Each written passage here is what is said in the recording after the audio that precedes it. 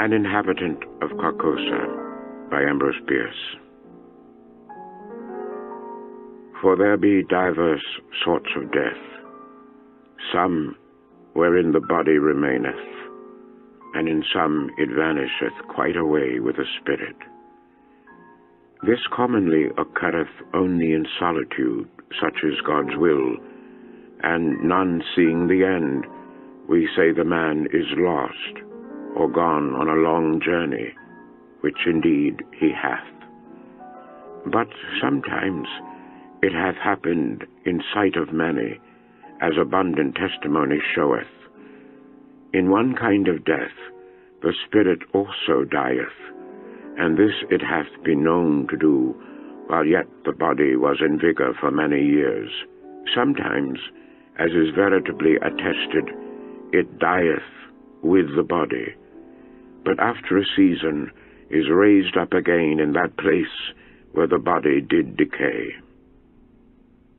Pondering these words of Halley, whom God rest, and questioning their full meaning as one who, having an intimation, yet doubts if there be not something behind other than that which he has discerned, I noted not whither I had strayed until a sudden chill wind, striking my face, revived in me a sense of my surroundings. I observed with astonishment that everything seemed unfamiliar. On every side of me stretched a bleak and desolate expanse of plain, covered with a tall overgrowth of sere grass, which rustled and whistled in the autumn wind with heaven knows what mysterious and disquieting suggestion. Protruded at long intervals above it stood strangely shaped and somber-colored rocks, which seemed to have an understanding with one another, and to exchange looks of uncomfortable significance, as if they had reared their heads to watch the issue of some foreseen event. A few blasted trees here and there appeared as leaders in this malevolent conspiracy of silent expectation. The day, I thought, must be far advanced, though the sun was invisible, and although sensible that the air was raw and chill, my consciousness of that fact was rather mental than physical. I had no feeling of discomfort. Over all the dismal landscape a canopy of low, lead-colored clouds hung like a visible curse.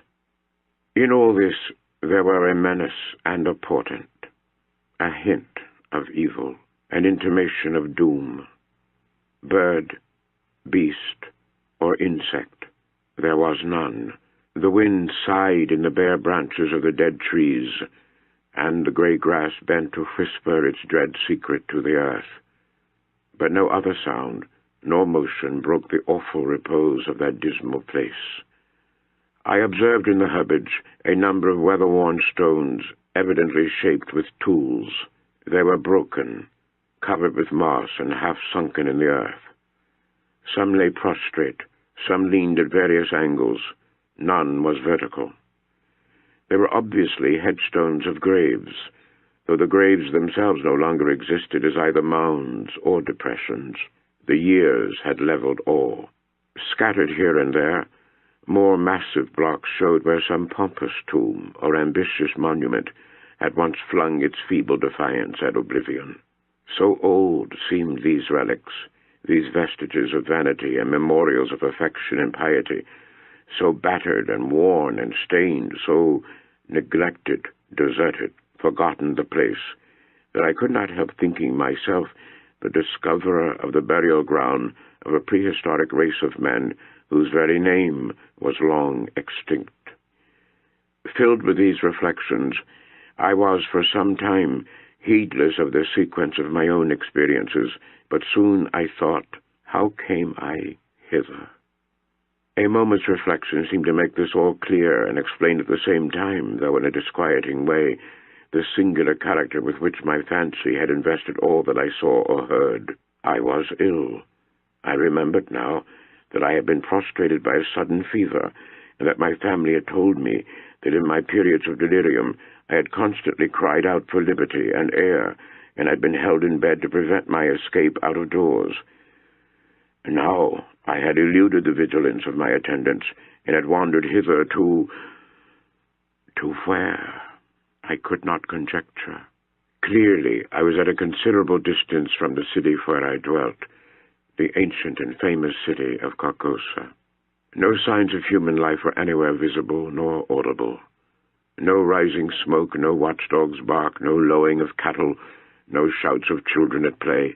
Nothing but that dismal burial place with its air of mystery and dread due to my own disordered brain. Was I not becoming again delirious there beyond human aid? Was it not indeed all an illusion of my madness? I called aloud the names of my wives and sons, reached out my hands in search of theirs, even as I walked among the crumbling stones and in the withered grass. A noise behind me caused me to turn about. A wild animal, a lynx, was approaching. The thought came to me, if I break down here in the desert, if the fever return and I fail, this beast will be at my throat. I sprang toward it, shouting. It trotted tranquilly by, within a hand's breadth of me, and disappeared behind a rock. A moment later, a man's head appeared to rise out of the ground a short distance away. He was ascending the farther slope of a low hill, whose crest was hardly to be distinguished from the general level. His whole figure soon came into view against the background of gray cloud. He was half naked, half clad in skins. His hair was unkempt, his beard long and ragged. In one hand he carried a bow and arrow. The other held a blazing torch with a long trail of black smoke.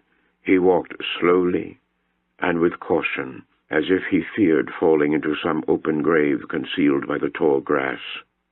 This strange apparition surprised, but did not alarm, and taking such a course as to intercept him, I met him almost face to face, accosting him with the familiar salutation, "God keep you." He gave no heed, nor did he arrest his pace. "A good stranger," I continued, "I am ill and lost. Direct me, I beseech you, to Carcosa." The man broke into a barbarous chant in an unknown tongue, passing on and away. An owl on the branch of a decayed tree hooted dismally, and was answered by another in the distance. Looking upward, I saw through a sudden rift in the clouds Aldebaran and the Hyades. In all this there was a hint of night. The lynx, the man with a torch, the owl. Yet I saw even the stars in absence of the darkness. I saw, but was apparently not seen nor heard. Under what awful spell did I exist? I seated myself at the root of a great tree, seriously to consider what it were best to do. That I was mad, I could no longer doubt, yet recognized a ground of doubt in the conviction. Of fever, I had no trace. I had withal a sense of exhilaration and vigor altogether unknown to me, a feeling of mental and physical exaltation. My senses seemed all alert. I could feel the air as a ponderous substance. I could hear the silence. A great root of the giant tree against whose trunk I leaned as I sat held enclosed in its grasp a slab of stone, a part of which protruded into a recess formed by another root. Stone was thus partly protected from the weather, though greatly decomposed. Its edges were worn round, its corners eaten away, its surface deeply furrowed and scaled. Glittering particles of mica were visible in the earth about it, vestiges of its decomposition. This stone had apparently marked the grave out of which the tree had sprung ages ago. The tree's exacting roots had robbed the grave and made the stone a prisoner. A sudden wind pushed some dry leaves and twigs from the uppermost face of the stone. I saw the low relief letters of an inscription and bent to read it. God in heaven. My name in full, the date of my birth, the date of my death. A level shaft of light illuminated the whole side of the tree as I sprang to my feet in terror. The sun was rising in the rosy east. I stood between the tree and his broad red disk. No shadow darkened the trunk. A chorus of howling wolves saluted the dawn. I saw them sitting on their haunches, singly and in groups, on the summits of irregular mounds and tumuli, filling a half of my desert prospect and extending to the horizon. And then